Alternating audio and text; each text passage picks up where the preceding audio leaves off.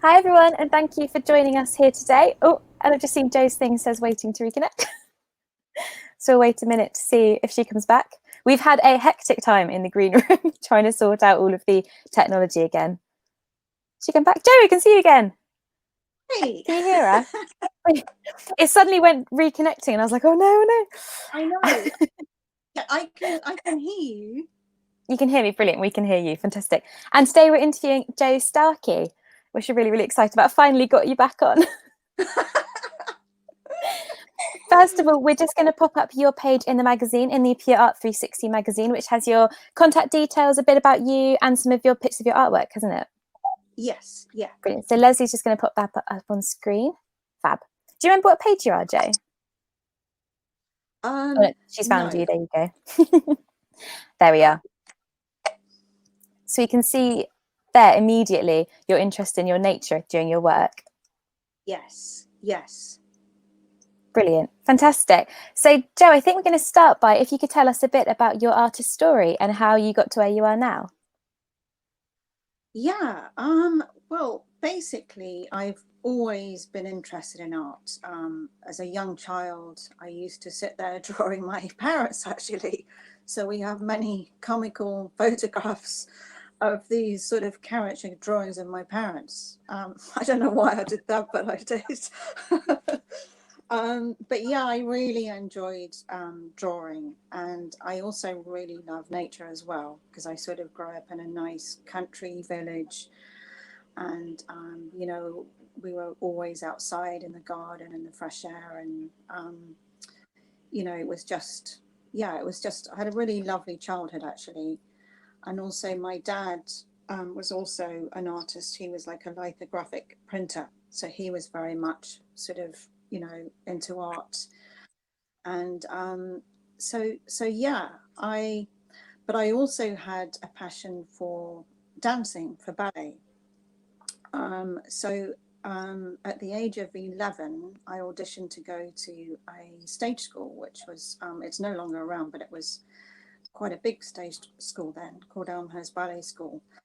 And actually, my sister was already there, who's 3 years older than me. So I kind of wanted to follow in her footsteps. And yeah, but obviously at the age of, I was 11, and I was a very young 11-year-old, naive, very timid. And I had to board because I come from Nottingham. My parents were in Nottingham, and I had to board in Surrey, which, as you can imagine, for an 11-year-old, that was quite tough. Um, and I used to see my parents every 3 weeks or whenever they could come up. So I did, I did stick it out for about 3.5 years, and then I think the homesickness really got to me. I really missed home a lot. So after 3 years, I came home and I resumed my dancing at a local stage school in Nottingham. And I was then dancing even more. I was dancing like 6 days a week, which, was quite tough, sort of fitting in schoolwork. Um, yeah, and the other thing actually was when, because it was an all girls school, it was Elmhurst Ballet School, it was all girls at that point. And so when I came back to Nottingham, I had to go to a comprehensive school. So that was completely a different experience for me because I wasn't used to seeing boys, and it was a really difficult year actually for me to transition from being at this really strict dancing school and then going into this mainstream school. So I didn't really enjoy school, I think, for the first year. But then I sort of, began to find myself and make new friends and so on. But yeah, I think what happened is, I think because the dancing was so intense, I think when I sort of reached 15, 16, I sort of began to lose my passion for it. And I really kind of felt like by that point I was just going through the motions. Um, because, I think, everybody was off sort of having fun. I was spending every minute doing my dance classes. So it became more of a chore. And so, yeah, I decided, when I left school, that was it. I'd had enough. And it was then that I sort of resumed my passion for my art, which had always been there. It had never gone away, but it had obviously taken a back seat while, I was dancing. So I did my GCSE art O-level then, which is what they were then. And then I went to do a BTEC art foundation course in Nottingham, which was actually quite a lot of fun, probably too much fun. And I don't think I really took it that seriously, if I'm honest. It was well, the other thing is back then we had these tutors, and one of them I remember her vividly because we really clashed, and she didn't like me from day one because she thought that I didn't try. She thought that I was just sort of, I don't know, just cruising, not really. So she would always mark me down, and she also wasn't very nice to me either. And I never forget one day I'd finished this project early, which we were doing, and she came around to see me, and she just said to me, she was quite sort of hippie, and I'm sure she was like smoking weed or something. And she said, "Oh, Joe, you're just a dumb blonde." And She didn't. Yeah, she actually said that. And at the time, I just kind of laughed it off. But I thought, my God, if that would never go on these days, be allowed to be said these days. So I didn't have the best tutor. I didn't have the best motivation. So basically, I think it was after a year, I then said, actually, this isn't for me. Which is when my parents stepped in, and they were like, come on, you've really got to kind of, decide what you want to do. And I think you should actually have another string to your bow. So we had a discussion, and we decided that I would go and do this secretarial course. So I did this secretarial course for a year and a half, I think, which actually I'm kind of glad that I did that, because later on it allowed me to supplement my living as an artist by working, as a temp, which was actually a really good thing to have. I've lost my train of thought now. Was that when you were working in the city? Because you were working in London, weren't you, for a while? Yeah. So at the age of 18, I think I was 18, I moved to London because actually my best friend was already living there, and obviously she was having this great time, and I was like, I want to have a piece of that. So I moved to London when I was 18, and I basically I worked as a temp, and actually I have to say my art definitely fell by the wayside then, because I was very young and naive and completely sort of hoodwinked by living in the big smoke and all the exciting things that go along with it. So I spent a good few years working as a temp. I didn't really actually, to be honest, I didn't really think about art much then. I think because of my experience I'd had at college, I couldn't really see a way forward. And at that point, I just kind of needed to make money. So it sort of fell by the wayside for a few years. And then, so I was in London for about 15 years, actually. And then during the latter part, probably the last few years before I moved to Sussex, I then began picking up my art again, because I think by that point, you know, I was getting, you know, I think I was more mature, and I actually realized that, you know, I wasn't getting any satisfaction from working in an office. In fact, I hated it. So I started sort of, you know, just painting when I had a few moments, and gradually I just kind of built it up, and I really started enjoying it again. And in fact, I had like this renewed passion, because I think by then I realized actually that I'd really missed it, and it was something that gave me a lot of pleasure. So I wanted to try and pursue it. So I then started working part-time and then doing my art part-time, and just gradually sort of, you know, building up my portfolio, and exhibiting at local shops and galleries, doing local exhibitions, because I lived in, by that point I was living in southwest London, in around Putney and Wandsworth. So yeah, it all really started from there. It's just kind of grown from there. And then I've missed quite a few big chunks out, actually,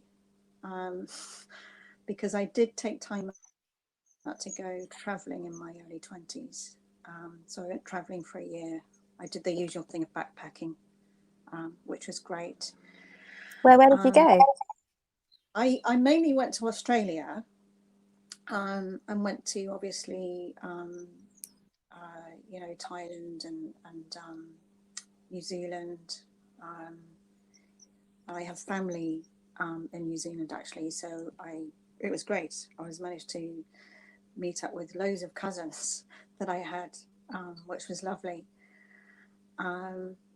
But unfortunately, on the way back, so I was traveling with my boyfriend at the time, and our plan was actually to travel back through New York. We were going to get a Greyhound bus and go across from New York to LA, or LA to New York, should I say. And unfortunately, I got really ill. So we actually had to curtail our trip and come home because I was so poorly. And you can imagine, we were on this Greyhound for something like 3 days. And yeah, I was always regretted that we weren't able to stay. And because we both really wanted to see, you know, if we could work in New York, obviously illegally. Yeah, but that didn't happen. But anyway, you know, that's just part of the journey.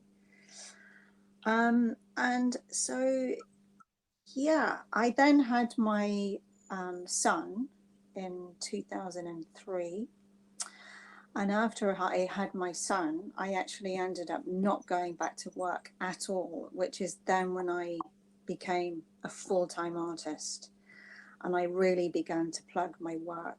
And by that point, I'd moved to Sussex, to West Sussex.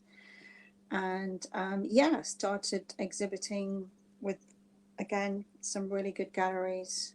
And then a few years went by, and one of the galleries that I was in, and actually that I'm with now, I'd noticed that they had other people's work that was shown. They were represented by an agent, and these people were sort of getting, you know, sort of solo exhibitions, and they were being promoted quite well. And I thought, I'd quite like a bit of that. So I spoke to the gallery owner, and he, you know, told me the process, how it works. So I began doing my research, and I approached De Montfort Fine Art. Actually, rewind. I had done several submissions before to De Montfort Fine Art, because obviously as an artist, you're always doing submissions. I mean, that's part of the marketing. So I had done, I think I'd actually done about 4 submissions to them on like 4 consecutive years. So it wasn't until like the 5th time. And I just kind of, you know, just going through the motions of doing it again. And this time they came back to me and said, yeah, I really love your work. You've got a unique style. Because what I've forgotten to tell you, which is quite important, is that I started painting on silk, which is why De Montfort Art took me on, because it was kind of a USP. And how this came about was that, so I used to paint a lot on using watercolor and pastels. And then I think it was one birthday or one Christmas, my then husband, my ex-husband, bought me a silk painting kit. And I didn't actually initially touch this silk painting kit. And then one day I did, and I just loved it. It was just something really different. So I then really got into silk painting, but not... so the thing about silk painting is, and I think it has a bit of a bad press, because there's a lot of quite bad amateur silk painters. Sorry, but there are. And what it is, it's this, the thing with silk painting is that the inks that you use are very fluid. So in order to stop them from merging into each other, you have this barrier, which is called gutter. So you have to have a really steady hand, because if you don't, it can look really sort of quite messy. But anyway, I soon discovered that I didn't just want to do silk painting on its own. I wanted to incorporate other materials. And I remember my parents one year went to, I think it was somewhere like, I don't know, it must be Zimbabwe, somewhere in Africa. And they bought me this, it was like a plate which had these tribal women on it with the big pots on their heads. It was really beautiful in all these colors, and it had been done on silk. And it had been mounted on this plate. So I then started experimenting with mounting my work onto, I actually was using plaster of Paris at the time. So it was a really laborious process. And I baked these plaster of Paris casts in the oven. And when they were dry, I would mount my paintings of, my silk paintings on them, which was fine. And then I was supplying this sort of retailer at the time, because they were buying these paintings off me. But because they were quite far away, I was having to send them, by transit. And some of them were breaking because the plaster obviously was quite fragile. So I then started looking at other mediums to mount the silk on, and I started using wood, which is what I use now. Well, actually I use MDF, very fine MDF. So I mount the silk on there, and then I paint on top of it. So basically what's happened with this over the years, I've kind of just developed the process. I've done lots of experimenting with it. And what I would say now is I basically use the silk as a canvas, because I produce this batik effect, which is done using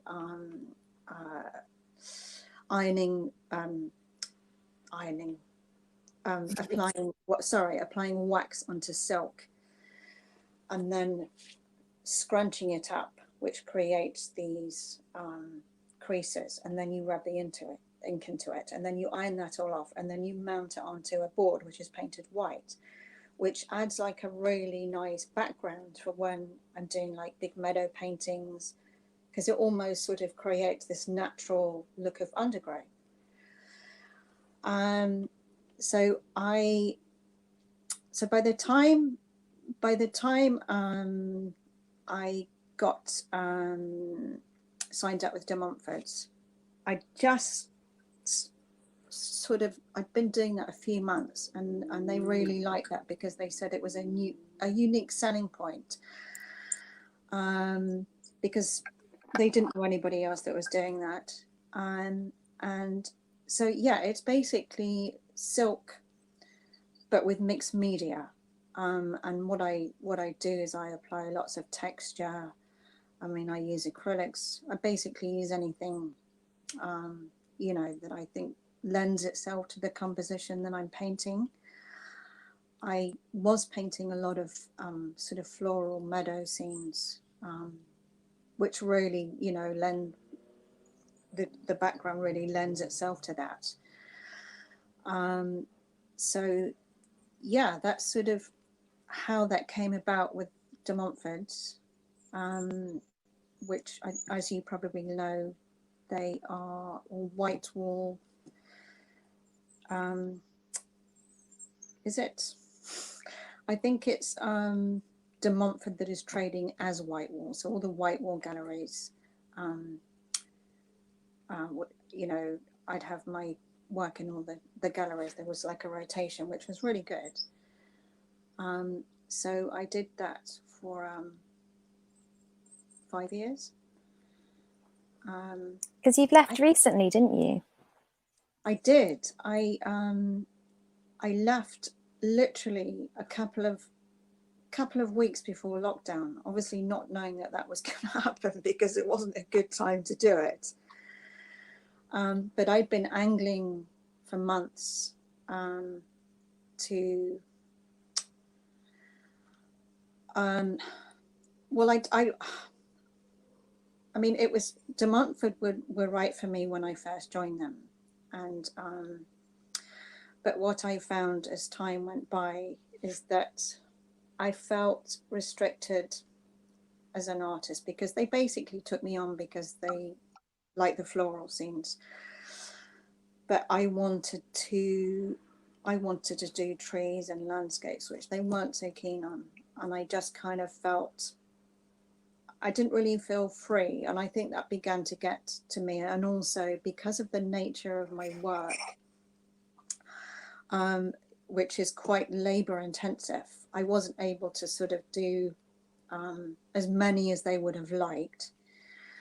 And I think I just got to the stage where I felt like I was just churning it out, and I wasn't actually really enjoying it, because I didn't have time. I didn't have time to take stock, because obviously I was getting paid for what I produce. So the more I produced, then the more money I would get. And, you know, obviously money is important, but I felt like that was kind of overtaking passion. And I mean, it wasn't an easy decision to make, because it was like having a security blanket, and, you know, I was getting a regular paycheck, which, you know, is quite, well, that's not, you know, very common for an artist. So it was a security blanket, but I decided that it was the right time for me to kind of expand my wings and maybe go solo. And so, yeah, that's what I decided to do. And then lockdown happened.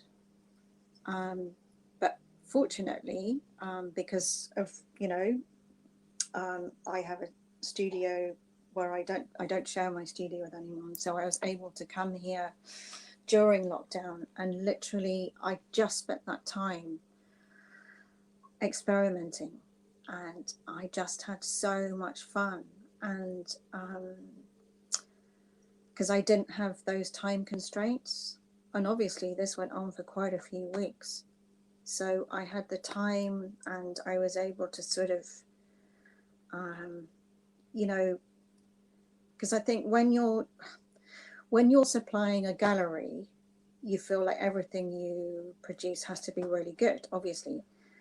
So I needed to kind of do those rubbish paintings that I didn't like so much to get to the good bits.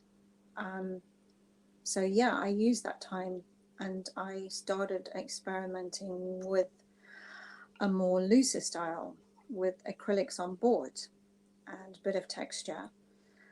and I am absolutely loving it. And this is now, I think, the way forward for me. I think this is how I want to evolve as an artist. I still will do my batik silk paintings because, I suppose they're my bread and butter. But I'd really like to, push my new work forward. Do you have some examples there that you could show us? Yes, I do. So, Is it easy for you to bring them to the camera? I'm not sure what would be easy for you. I was going to say, can I flip the camera? And I don't know how. Leslie's probably internally screaming at the fear of you turning off. Okay, let's have a go, shall we? Right. I don't think I can flip the camera because I can't see an option to. So I'm just going to try and... Wow, your studio is amazing. Thank you. So I think that's one of them in the brochure. Can you see that? Yeah, that's beautiful. Yeah. Sorry, I'm not very good. I should have rehearsed this. I'm not very good at this, am I? There we go. And as you can see, a lot of my work sort of has little gold highlights on it. Mm-hmm. Now, this is one of my batik silk paintings, which, as you can see, is very different from my new work, and there's a lot of detail in that. And then underneath here we have another. Wow. Can you see that? Can you put the camera a bit lower? There you are. There we go. There we are. That's better view. I'm going to take you across my studio now because I've just completed some little tiny paintings that I've been experimenting with. I don't know whether you can see those. Can you see yes, them? yeah. So yeah, what I tend to do is kind of do little ones to see how I get on with them, and then I'm going to do some really big ones. So that's what I've just done. This is can you see? I can see a few hanging on the stairs behind the banister. So yes, this is my stairway, and then you come up the stairs around the corner, and then there's my big table that I'm working from at the moment. I've just redesigned my studio because initially I was working in this section. I don't know whether you can see that because it's got a nice skylight. It's beautiful. It's an enviable space, your studio. It is. It's like, I love it here. It's really nice. And then I even have a little day bed. Can you see that? Oh, brilliant. Because I work so hard. I need to have a lay down. I love that. And then this one, can you see that? Can you see? That's one that I'm just working on right now. So I'm just about to finish that. That's sort of an autumnal scene. It's very different colours in that one. Yeah. So I don't know how successful that was. That's not how I rehearse this at all. But hey. So would you ever consider going back to De Montfort? You said it was good for you at the beginning, when you were really launching it, but would you ever consider going back? No, I wouldn't, because I like having the freedom to do what I want to do. And I also feel like I think obviously COVID has brought this on, but I also feel like now I feel like there's a shift, like with art galleries and so on. And I think obviously there's more of a shift to selling work online. But I also feel like more artists are promoting work themselves, which is something, obviously, I still want to have a gallery presence, and I'm with a couple of galleries at the moment. One of them is Cloud Cloud Fine Art, and they've been so good to me, and they're such a good gallery. They're really supportive, and they've actually got 3 galleries, which is great. But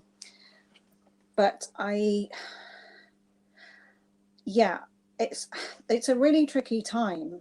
I think under normal circumstances, I would be with more galleries and obviously increasing my sales potential. But at the moment, it's pretty much impossible to do an art submission because nobody knows what's happening in the current climate. So I'm sort of actually looking at, I've just been doing Lewis Art Wave, and I hired a little gallery space in Lewis, which was great because it was literally a shop front on one of the main streets in Lewis, which really got me thinking, because where my studio is at the moment, it's actually, it's like a little, it is a sort of commune of artists. There's about 20 of us, but it's on the outskirts of Ditchling, and you don't get any passing trade. So it is literally purely a workspace for me. So after having done Art Wave in this gallery in Lewis, it kind of made me think, actually, I'd really like to kind of get more of a public space and try and increase my footfall, you know, so my work seen, and not just having to rely on galleries where you're obviously competing with other artists as well. So yeah, that's actually something that I'm pursuing now, because I don't know whether you've noticed, but there's lots of empty shops and business premises all over the place. And to me, it seems sacrilege that, you know, they're not being utilized. So I'm, in pursuit at the moment. I've written to the council and, just seeing what's available, because, you know, I think it would benefit, obviously, both the high street and, you know, the tenant to have, you know, something rather than nothing. So yeah, I think you're so right. I think that's a really innovative thing to do, and like you say, yeah, it's so depressing walking down the high streets, isn't it? oh yeah, I mean even Lewis, which is like a really lovely arty place, it's great because it's full of independent shops and cafes and restaurants. But yeah, because I was there yesterday and I was walking around and I couldn't believe all these, you know, shops that are just becoming empty. And it's such a shame, because it's also such a lovely, pretty town where you get many tourists obviously coming to see the castle and so on. And it just seems sacrilege. So I'm inquiring as to really whether there can be, you know, like reduced rents for pop-up galleries or shops, so we can, you know, keep the high street going, because it's important. And as you probably know, it's, you know, gallery space or shop frontage is, you know, a premium that most artists can't afford. So it'd be nice to kind of, you know, get some help. So That's a great idea. yeah, watch this space. That would be a good name for the like business or the grant or something. Watch this space. Actually, yeah. So tell me, I know your foundation teacher will not be on this list, but were there any influential people during your journey that really helped you or stood out to you? Well, this sounds really awful. There's nobody in particular. I think I always take bits and pieces from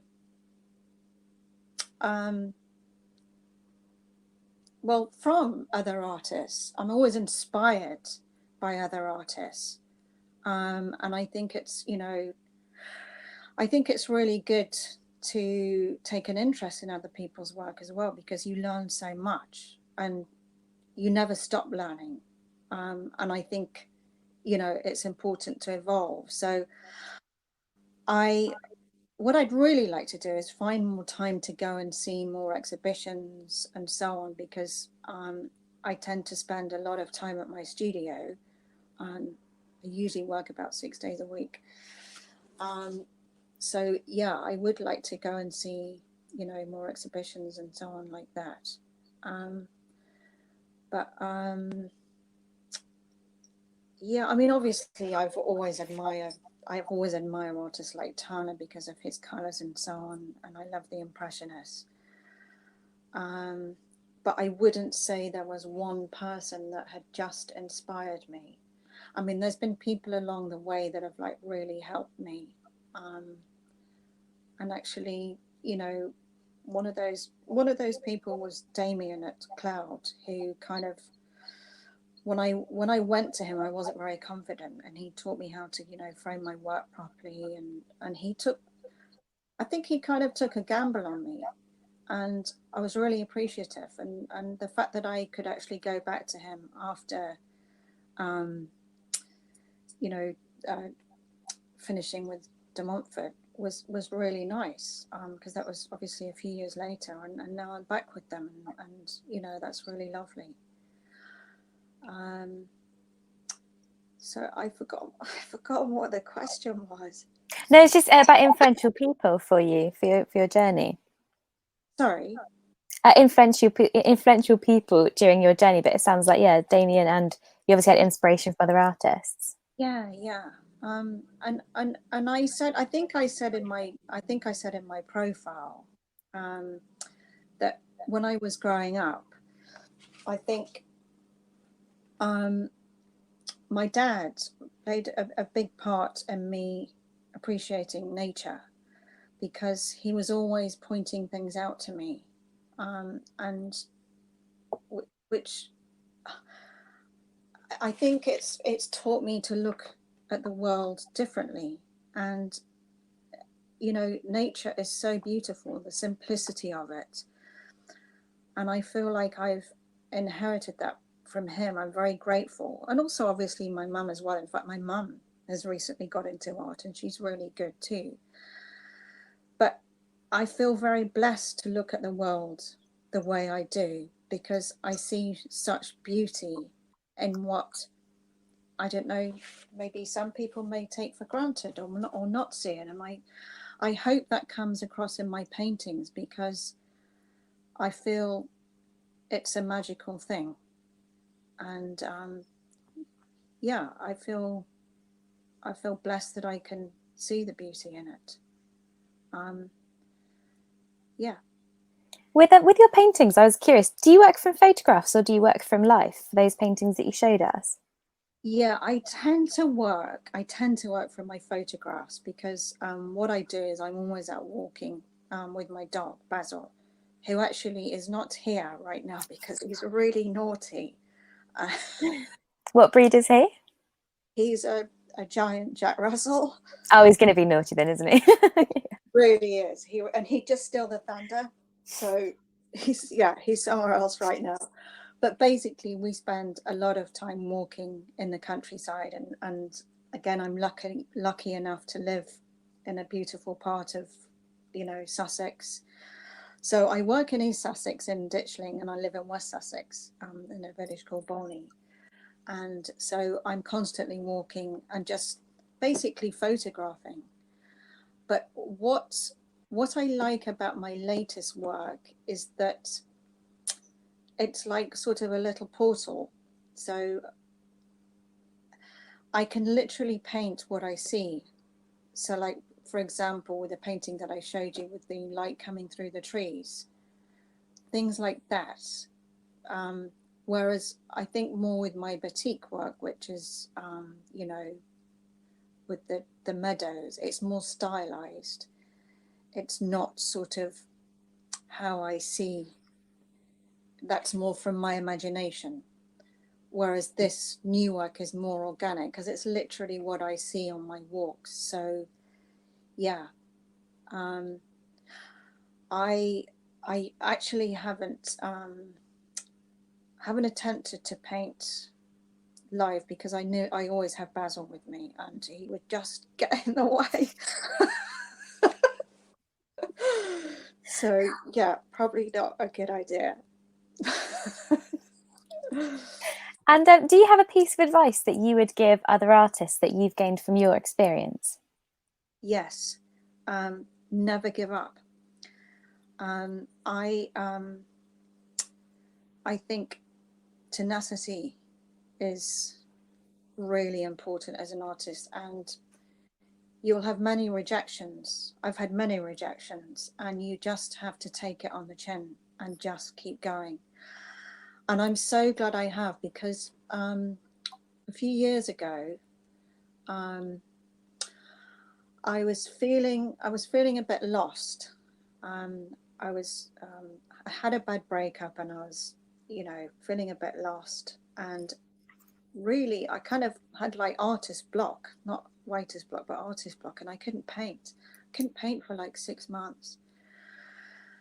And anyway, I thought I really needed to work, obviously, and I decided to do an apprenticeship as a painter and decorator, as you do, because I kind of had this glamorous idea that I could do murals and all that kind of thing, and I hadn't really envisaged actually how boring it is, like all the prep work you have to do. I hadn't thought about that.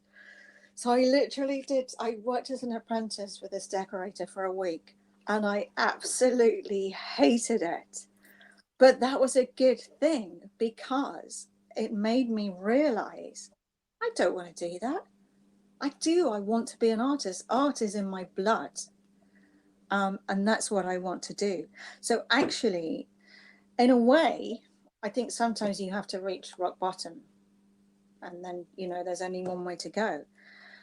And so then I started getting back into my art again. And so, it's like, I mean, as an artist, you're always doing art submissions, and there are going to be times where you're either rejected or you don't hear anything. And that's the hard thing about being an artist is.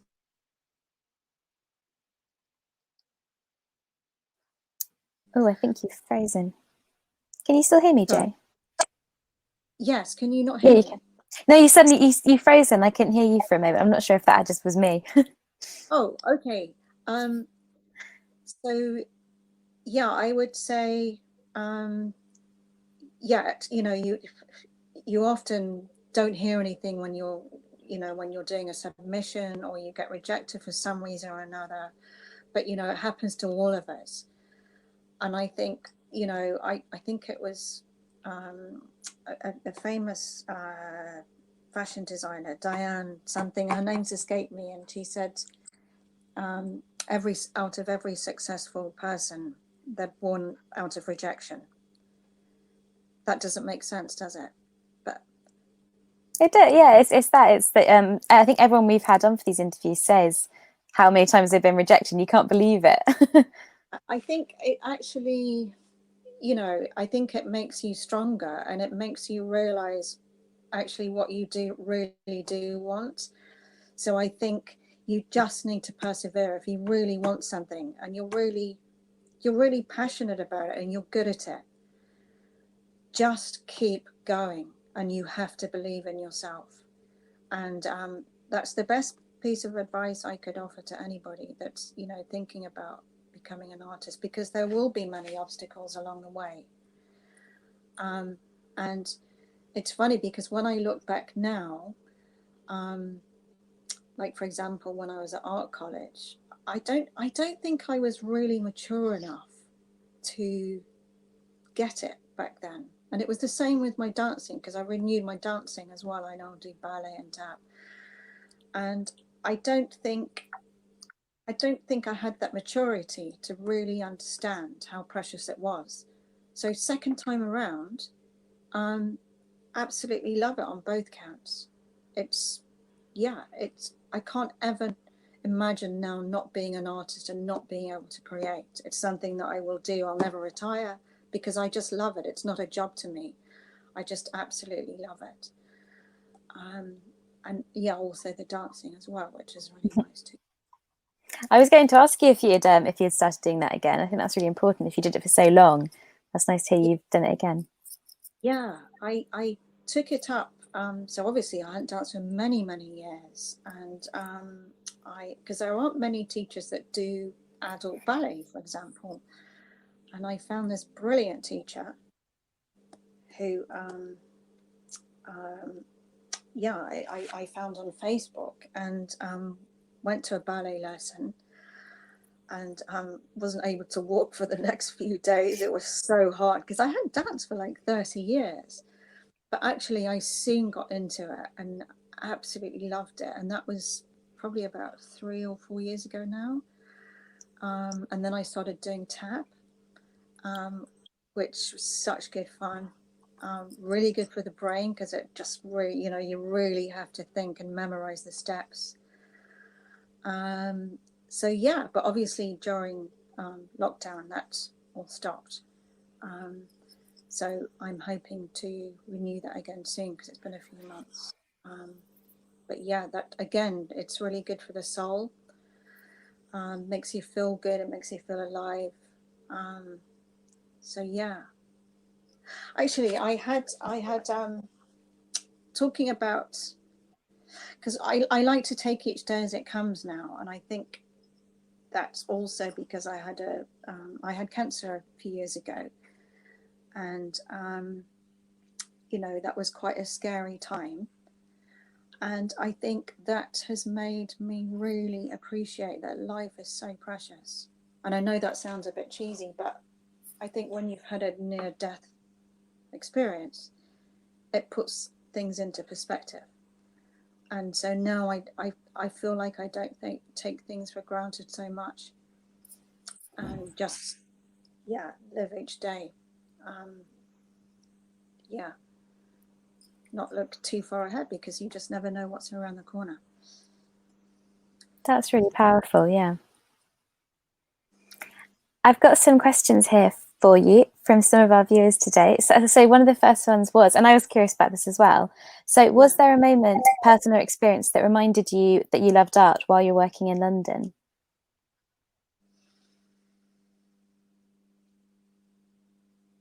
Sorry, I was just thinking.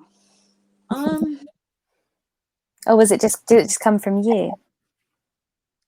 Yeah, I mean, I did go, and obviously living in London, I did go and see art exhibitions. So although I wasn't doing it, I was always still inspired and in awe of people that were artists.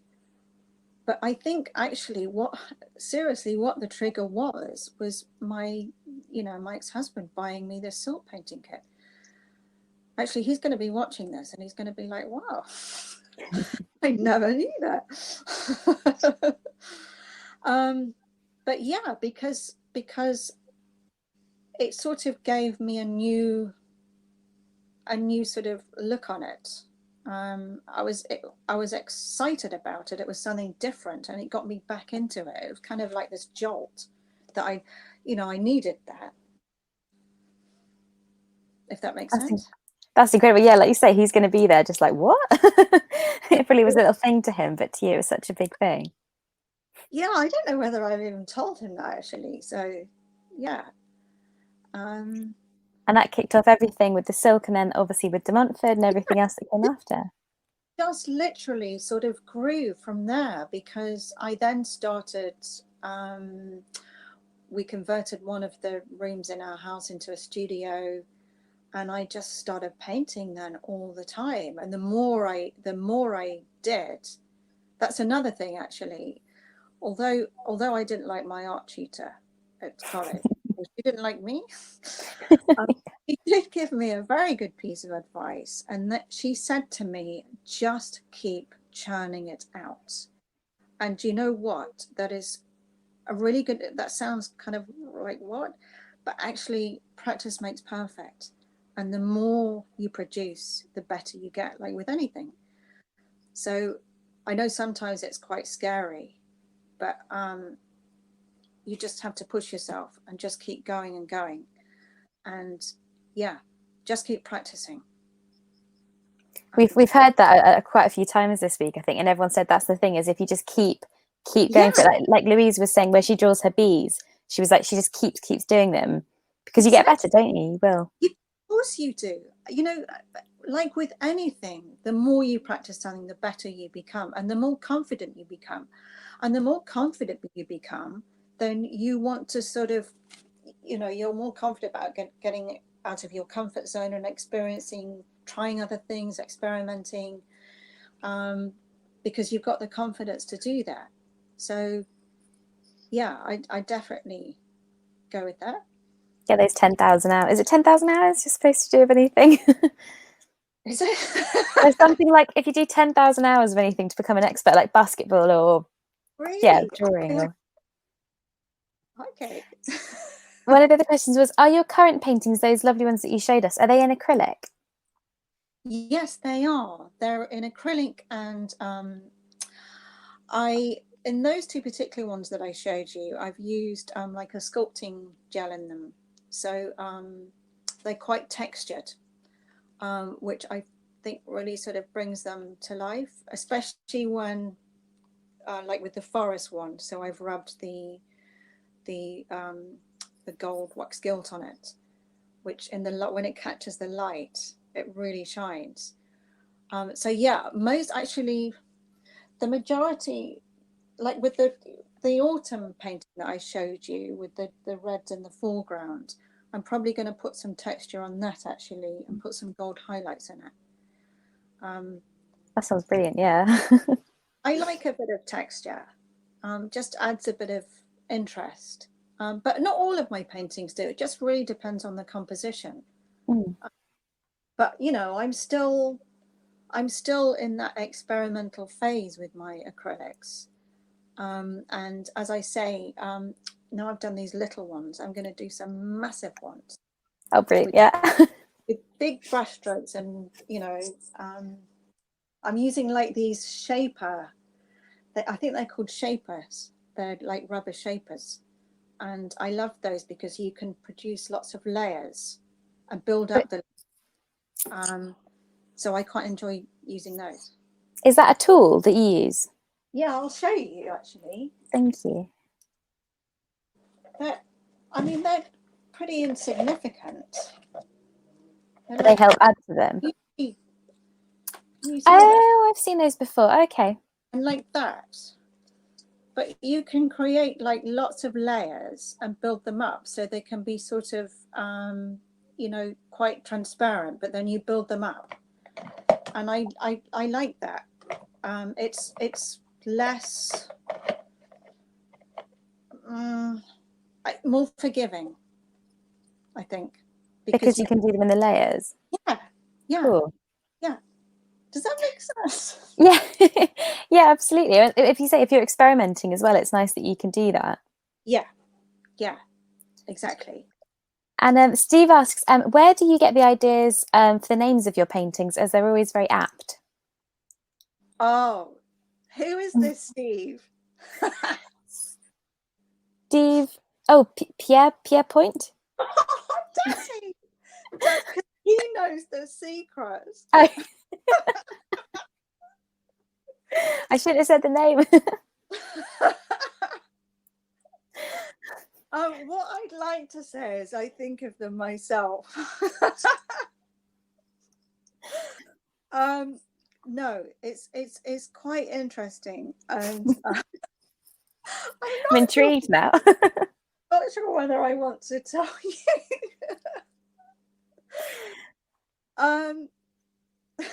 Just say you came up with them yourself. Just okay. Thanks, Steve. Oh, we've got him in trouble. He's gonna be laughing his head off now.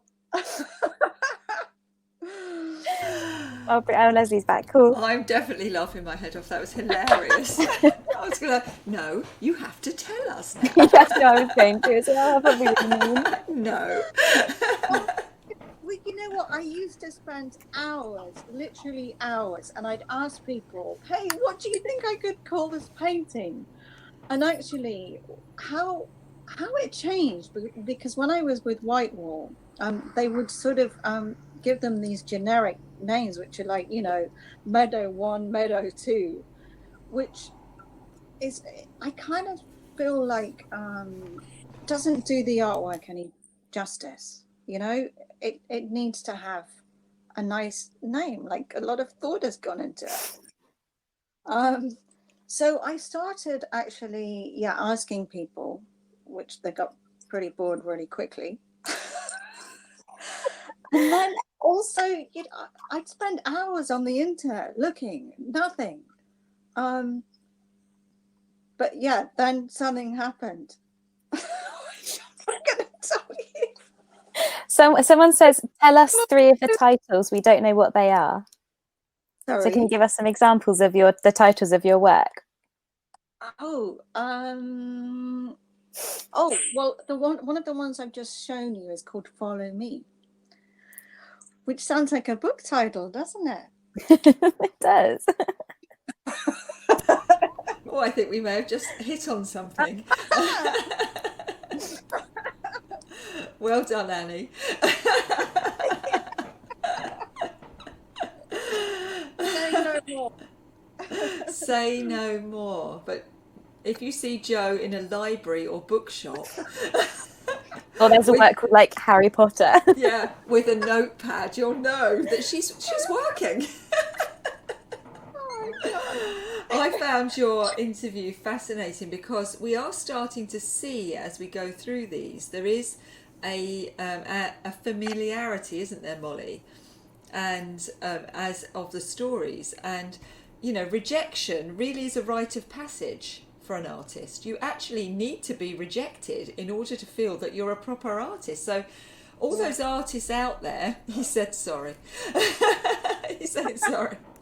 All those artists out there who haven't been rejected, well, you need to be rejected a good few times. It is a rite of passage. Yeah, and don't give up if you are, because it literally is part of the course. It's kind of part of the essential course of becoming a real fine artist. You have to experience rejection. It's part of the true journey. Totally. And you also have to have your ups and downs. Like you said, there's always something around the corner. None of us really know what's around that corner. That for me is exciting. That's like, just keep going, because what is the exciting thing? We don't know where we're going. We just have to get on with it and keep trying. Yeah, I agree. And I also think like change is good. It's good to kind of, take the plunge and not get. I know it's easy to stay in your comfort zone, but sometimes you need to push yourself. Oh, you have to be brave, don't you? You have to be brave, and you have to make yourself vulnerable, because otherwise you're only going to get what you know. Yeah, absolutely.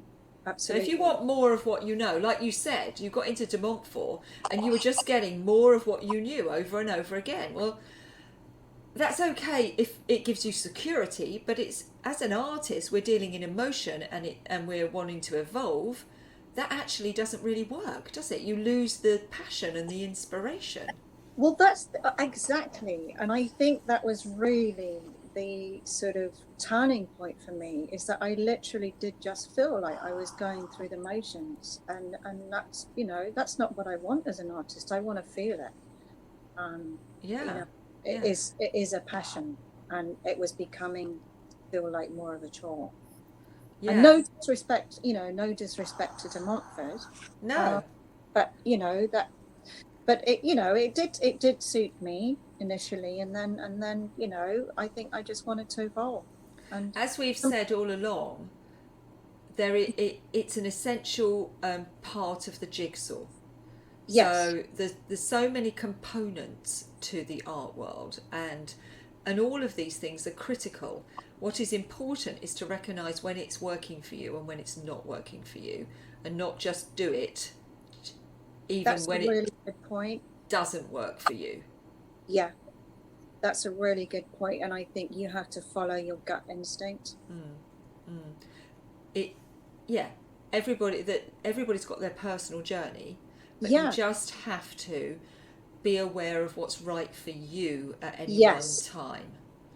Absolutely. And it doesn't make it right or wrong for somebody else. It just means it's not right for you at that moment. Yeah. But all these things are critical. We need art fairs. We need digital platforms. We need people like you are suggesting they might go and open an art gallery and self-represent. We need the collective galleries. We need all of it. All of it is essential to the lifeblood of making this art thing, art, and Yeah. cultural thing work. And yeah, it should be a doing word, shouldn't it? Arting. We're arting. You said at the beginning the power. You said about that tutor, and I was like, the power of language. Just one word. I know. It's amazing. And it can knock you off your track for like 20 years. Yeah, absolutely. Yeah.